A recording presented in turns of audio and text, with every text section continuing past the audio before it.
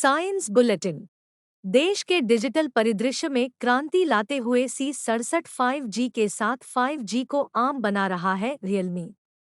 देश में उपभोक्ता 5G सेवाओं की शुरुआत के एक साल बाद इस साल के अंत तक 5G यूजरों की संख्या 13 करोड़ तक पहुंचने का अनुमान है। यूजरों की संख्या में पिछले वर्ष की तुलना में 3 गुना वृद्धि देखी गई है और 2029 तक उनकी संख्या 86 करोड़ पर पहुंचने का अनुमान है। रियलमी के अनुसार 5G का संभावित प्रभाव व्यापक है, जो उपभोक्ता अनुप्रयोगों से परे जाकर वैश्विक परिवर्तन ला रहा है।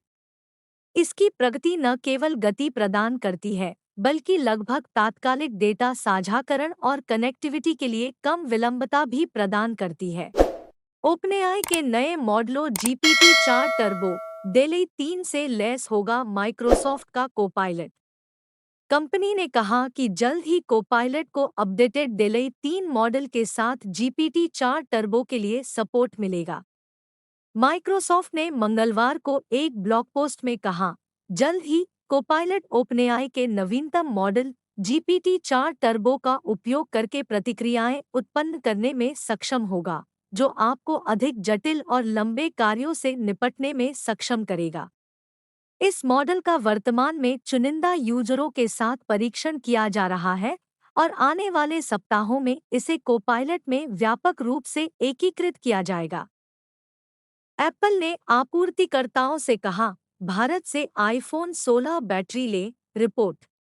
फाइनेंशियल टाइम्स के अनुसार चीन के डेसे जैसे बैटरी निर्माताओं को भारत में नए कारखाने स्थापित करने के लिए प्रोत्साहित किया गया है, जबकि एप्पल के लिए ताइवानी बैटरी आपूर्तिकर्ता सिम्पलो टेक्नोलॉजी को भविष्य के ऑर्डर के लिए भारत में विनिर्माण बढ़ाने के लिए कहा गया है।